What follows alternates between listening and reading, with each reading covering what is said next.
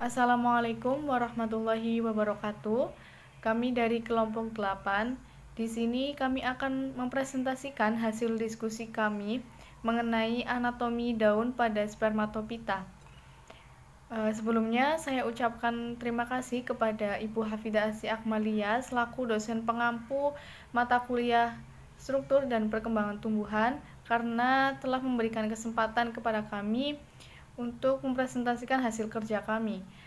Kemudian sebelum presentasi dimulai, izinkan saya memperkenalkan anggota kelompok 8, yaitu yang pertama ada Dita Anggini dengan NIM 2008086032 selaku pemateri kedua, mohon maaf. Kemudian di sini ada saya sendiri, Sabrina Devi Alinda dengan NIM 2008086047 selaku moderator sekaligus pemateri pertama. Baik, selanjutnya saya akan menyampaikan poin materi pada pembahasan hari ini, yaitu yang pertama mengenai definisi daun tunggal dan daun majemuk, yang kedua struktur anatomi daun pada tumbuhan monokotil dan tumbuhan dikotil, yang ketiga perbedaan struktur anatomi tumbuhan C3, C4, dan CAM, kemudian poin yang terakhir yaitu mengenai adaptasi pada struktur daun.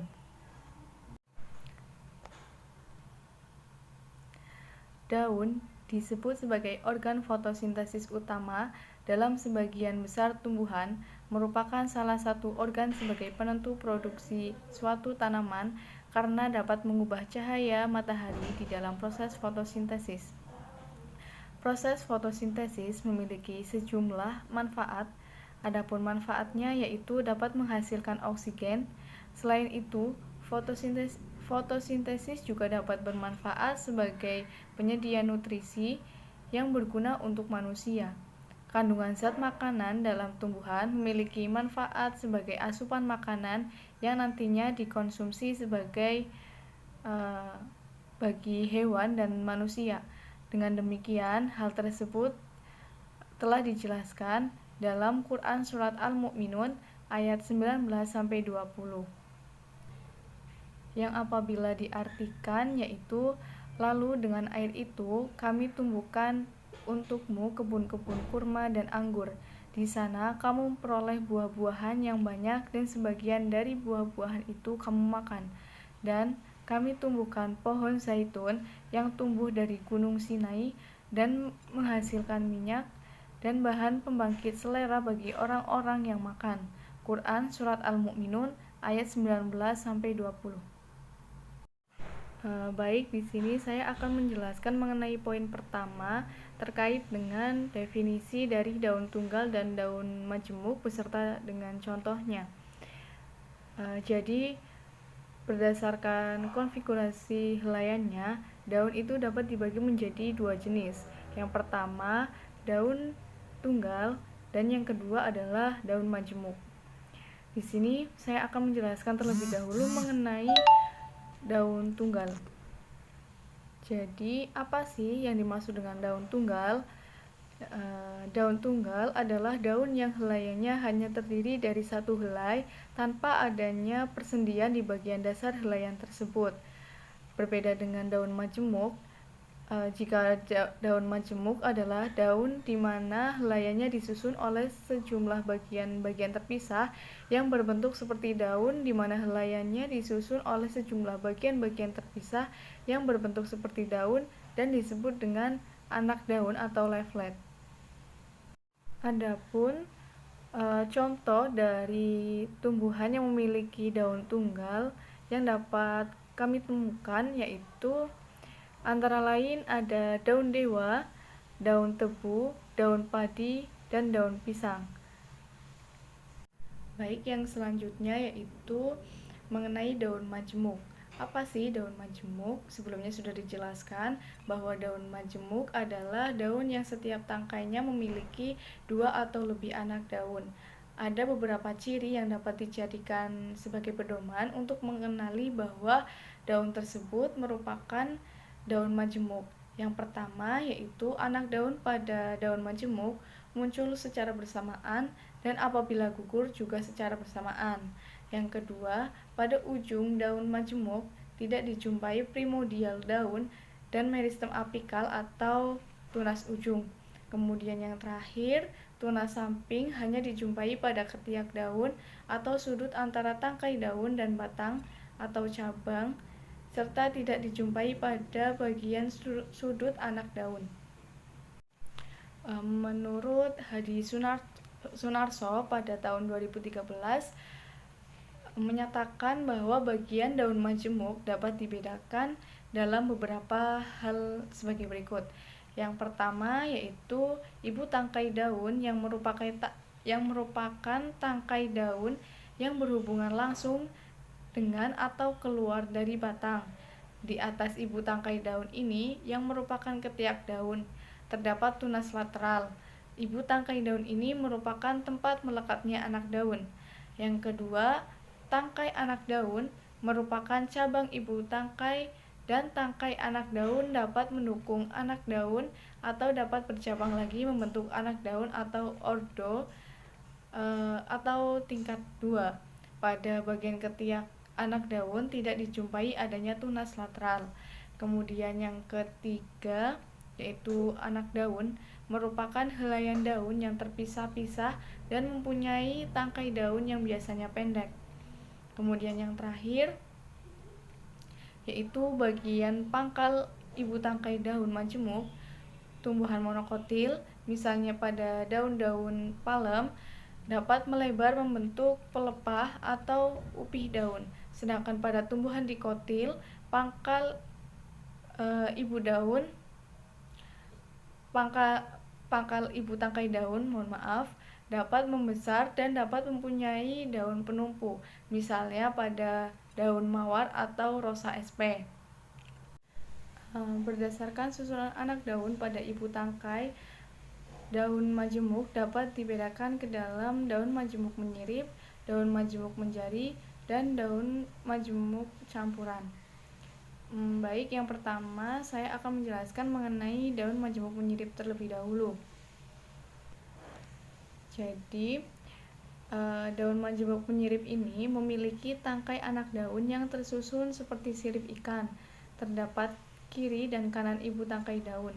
Pada daun kembang merak, daunnya berpasangan di kiri dan kanan. Bagian ujungnya tidak terdapat anak daun, serta daun yang demikian termasuk daun majemuk menyirip berhadapan genap. Pada tumbuhan mawar dan kelor, daunnya berpasangan dan pada bagian ujung terdapat anak daun. Daunnya seperti ini dapat dikatakan sebagai daun majemuk menyirip yang berhadapan gasal. Contoh lain ditemukan pada daun tomat atau Solanum lycopersicum L. Ini memiliki anak daun yang menyirip. Terdapat anak daun yang lebar berpasangan bergantian dengan anak daun sempit yang berhadapan. Daun yang demikian dapat dikatakan atau dapat dinamakan sebagai daun majemuk menyirip berselang-seling. Yang kedua yaitu mengenai daun majemuk menjari. Daun majemuk menjari mempunyai anak-anak tangkai daun yang bertemu pada satu titik di ujung ibu tangkai daun.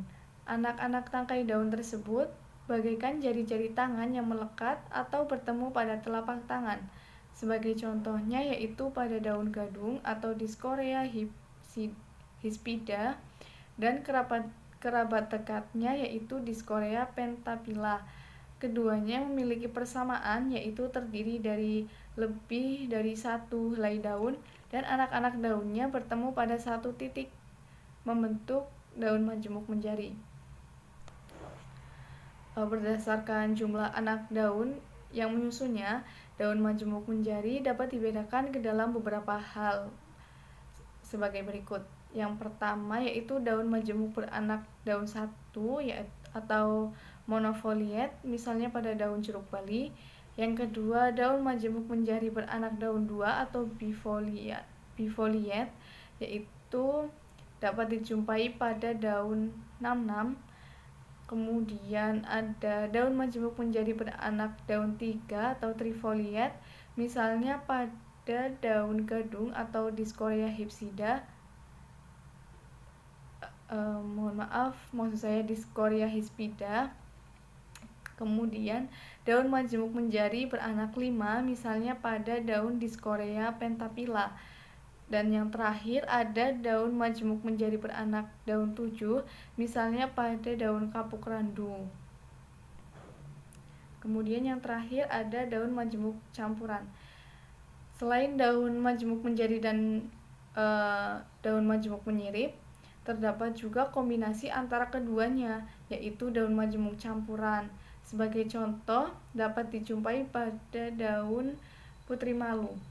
Pada daun putri malu ini terdapat 4 anak daun yang terdapat pada ujung ibu tangkai daun yang tersusun menjari. Pada anak tangkai daun, terdapat anak-anak ordo daun kedua yang tersusun menyirip. Jadi, susunan anak daunnya merupakan campuran antara daun majemuk menjari dan daun majemuk menyirip. Kemudian pada pokok pembahasan yang kedua yaitu mengenai struktur anatomi daun pada monokotil dan dikotil. Berikut ada gambar yang terkait dengan struktur anatomi daun monokotil dan dikotil. Jaringan penyusun daun tumbuhan dikotil yaitu sebagai berikut. Yang pertama ada epidermis. Daun ditutupi kedua permukaan masing-masing oleh selapis epidermis. Dinding luar epidermis biasanya dilapisi oleh substansi berlilin yang disebut kutin. Permukaan luar epidermis seringkali dilapisi kutikula yang tebal maupun tipis. Lapisan kutikula ini dibentuk oleh kitin. Adanya lapisan kutikula menyebabkan air tidak dapat melewati epidermis dan transpirasi dapat berkurang. Hanya sejumlah kecil air yang menguap melalui transpirasi. Fungsi lain dari epidermis adalah melindungi jaringan internal yang lunak dari kerusakan mekanis. Pada daun tertentu, pada daun xerophyt, sel-sel epidermis memanjang secara radial dan mengalami lignifikasi. Pada lapisan epidermal, ini terdapat stomata. Stomata paling banyak itu dapat ditemukan pada permukaan bawah daun dorsiventral. Stomata terdapat sedikit atau kurang pada permukaan atas, bahkan tidak ada sama sekali. Pada daun yang terapung, stomata terdapat pada permukaan atas, sedangkan pada daun yang tenggelam tidak ditemukannya stomata. Kemudian jaringan yang kedua yaitu adalah jaringan mesofil. Jaringan daun di antara epidermis atas dan epidermis bawah ini terdiri atas jaringan parenkim yang berdinding tipis disebut dengan mesofil. Jaringan mesofil memiliki porsi terbesar jaringan internal daun. Pada umumnya, sel-sel mesofil selalu mengandung kloroplas. Jaringan palisade biasanya terdiri dari parenkim yang silindris dan panjang serta posisinya tegak lurus dengan permukaan epidermis. Sedangkan jaringan spong yaitu tersusun longgar, tidak beraturan dengan ruang antar sel yang besar di antara sel-selnya. Pada jaringan ini terdapat kloroplas, akan tetapi tidak sebanyak pada jaringan palisade. Banyaknya rongga udara lebih memungkinkan untuk permukaan gas. Untuk pertukaran gas antar sel-sel spong dengan udara luar. Kemudian yang terakhir terdapat jaringan mekanik pada daun. Fungsi ibu tulang daun dan vena lateral untuk menguatkan daun. Jaringan yang berfungsi untuk menguatkan pada daun adalah kolenkim, sklerenkim, dan xilem. Pada bagian tengah ibu tulang daun, di bawah epidermis biasanya terdapat sel-sel berdinding tebal yang berfungsi untuk menguatkan daun, yaitu jaringan kolenkim. Sklerenkim juga menguatkan daun. Biasanya sklerenkim merupakan suatu berkas bersebelahan dengan flum. Selain berfungsi untuk mengangkut air, trakea dan trakeit dengan ketebalan dindingnya juga berperan dalam menguatkan daun. Selanjutnya yaitu struktur anatomi daun pada tumbuhan monokotil. Menurut Acice dan kawan-kawan pada tahun 2013, struktur anatomi daun tumbuhan monokotil dapat kita lihat pada tanaman jagung atau zeamais yang terdiri dari lapisan epidermis. Pada epidermis daun jagung terdiri dari epidermis atas dan epidermis bawah yang memiliki ukuran berbeda. Epidermis ini hanya terdiri dari satu lapis sel atau dapat disebut sebagai unilateral. Pada lapisan epidermis ini terdapat sel buliform yang terletak di epidermis atas. Sel buliform merupakan sel-sel yang seperti gelembung berukuran besar, bervakuola besar, berisi cairan sel yang berdinding tipis yang terdiri atas kutin dan kutikula. Sel buliform permukaan pada daun secara menyeluruh terkadang juga hanya melekuk di antara tulang daun. Biasanya terdiri dari beberapa sel yang melebar letaknya dengan tulang daun. Sel buliform ini tumbuh lebih cepat daripada sel-sel epidermis. Hal ini menyebabkan terbentuknya daun-daun yang masih menggulung seperti daun zeamais. Stomata pada zeamais tersebar secara merata di kedua epidermis. Letaknya memanjang dan merupakan deretan-deretan yang sejajar.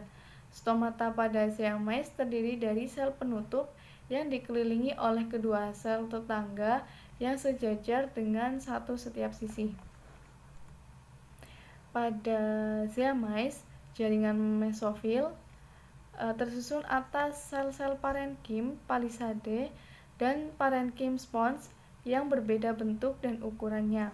Parenkim palisade pada zeamais terdapat lobus antar sel dan tampak bercabang. Sel parenkim palisade terdapat pada epidermis unilateral. Sel parenkim spons memiliki berbagai macam bentuk dan memiliki kekhususan dengan adanya lobus yang terdapat antara sel satu dengan sel lain. Untuk membedakan sel parenkim palisade dan spons pada zeamais ini tidak mudah karena bentuk mesofil yang kurang lebih sama. Kemudian pada struktur anatomi tumbuhan monokotil ini terdapat berkas pembuluh. Kemudian pada struktur anatomi tumbuhan monokotil ini terdapat berkas pembuluh. Berkas pembuluh ini yang terdapat pada daun monokotil dapat dibedakan menjadi dua tipe yang mempunyai satu atau dua lapisan. Lapisan berkas pengangkut di bagian luar terdiri atas sel parenkim dengan berdinding tipis, sel selubung berkloropas sehingga mengandung tepung yang disebut selubung tepung. Assalamualaikum warahmatullahi wabarakatuh. Saya Dita Anggini dengan NIM 20080866032. Di sini saya sebagai pemateri kedua akan menjelaskan mengenai materi perbedaan struktur anatomi tumbuhan C3, C4, dan CAM dan hubungan antara struktur dan fungsinya, serta menjelaskan mengenai adaptasi struktur daun. Tanaman dibedakan berdasarkan perbedaan fiksasi karbon dioksidanya menjadi 3 golongan tanaman, yaitu tanaman C3, C4, dan CAM. Dan umumnya tanaman C4 dan CAM lebih adaptif di daerah panas dan kering dibandingkan dengan tanaman C3. Dan pada dasarnya, tanaman C3 lebih adaptif pada kondisi kandungan karbon dioksida atmosfernya lebih tinggi. Nah, contoh tanaman C3 sendiri yaitu ada Leguminosae, durian, dan aglonema. Pada tanaman C3 dan C4 dibedakan oleh cara mengikat karbon dioksidanya dari atmosfer dan produk awal yang dihasilkan dari proses asimilasi. Pada tanaman C3 RUBP atau substrat untuk pembentukan karbohidrat dalam proses fotosintesis juga dapat mengikat oksigen pada saat yang bersamaan sebagai fotorespirasi. Jika konsentrasi CO2 di atmosfer ditingkatkan, hasil dari kompetisi antara CO2 dan O2 akan lebih menguntungkan pada CO2, sehingga fotorespirasi terhambat dan asimilasi akan bertambah besar. Berikut adalah gambar dari fiksasi karbon tanaman C3 atau yang sering disebut siklus Calvin. Kemudian pada tanaman C4, CO2 diikat oleh PEP, enzim pengikat CO2 pada tanaman C4, yang tidak dapat mengikat oksigen sehingga tidak terjadi kompetisi antara CO2 dan O2. Lokasi terjadinya asosiasi awal adalah di sel-sel mesofil, sekelompok sel-sel yang mempunyai klorofil yang terletak di bawah sel-sel epidermis daun. Kemudian, CO2 yang sudah terikat oleh PEP kemudian ditransfer ke sel-sel bundle sheath, sekelompok sel-sel yang di sekitar xilem dan phloem. Kemudian di mana pengikat dengan RUBP terjadi. Karena tingginya konsentrasi CO2 pada sel-sel bundle sheath, maka O2 tidak mampu mendapat kesempatan untuk bereaksi dengan RUBP, sehingga fotorespirasi sangat kecil. Dan laju asimilasi pada tanaman C4 hanya bertambah sedikit dengan meningkatnya CO2, sehingga dengan mengikatnya CO2, di atmosfer tanaman C3 akan lebih beruntung dari tanaman C4 dalam hal pemanfaatan CO2 yang berlebihan. Selanjutnya yaitu pada tumbuhan cam. Berbeda dengan gerakan stomata yang lazim, stomata pada tumbuhan cam membuka pada malam hari, dan pada siang hari stomatanya akan menutup. Pada malam hari, jika kondisi udara kurang menguntungkan untuk transpirasi, stomata tumbuhan cam akan membuka, dan karbon dioksida berdifusi ke dalam daun dan diikat oleh sistem PEP karboksilase untuk membentuk oksaloaset atau OAA dan malat. Kemudian malat dipindahkan dari sitoplasma ke vakuola tengah sel-sel mesofil, dan di vakuola asam terkumpul dalam jumlah yang besar. Sepanjang siang hari, stomata akan menutup karena ketersediaan air berkurang dan malat serta asam organik lain yang terkumpul di dekarboksilasi agar mempunyai persediaan karbon dioksida yang langsung akan diikat oleh sel melalui daur Calvin. Nah, berikut adalah gambar dari fotosintesis tumbuhan C4 dan cam. Baik, selanjutnya yaitu mengenai adaptasi pada struktur daun. Nah, yang pertama, pada pohon, semak, dan beberapa tumbuhan herba, sebagian daunnya berkembang di bawah naungan daun tumbuhan lainnya, dan selama perkembangannya memperoleh ciri yang sangat menyerupai daun tumbuhan naung yang sesungguhnya. Yang kedua yaitu pada tumbuhan dikotil. Daun naungan berukuran lebih besar tetapi lebih tipis dibandingkan dengan daun matahari. Nah, daun matahari sendiri menjadi lebih tebal daripada daun naungan karena membentuk sel palisade yang lebih panjang atau membentuk tambahan lapisan sel palisade. Yang ketiga yaitu kloropas daun naung. Nah, mempunyai protein stroma total lebih sedikit dan termasuk rubisco, dan mungkin juga protein pengangkut elektron tilakoid lebih sedikit daripada daun matahari. Jadi, daun naungan menggunakan semua cahayanya dalam jumlah terbatas yang mengenainya.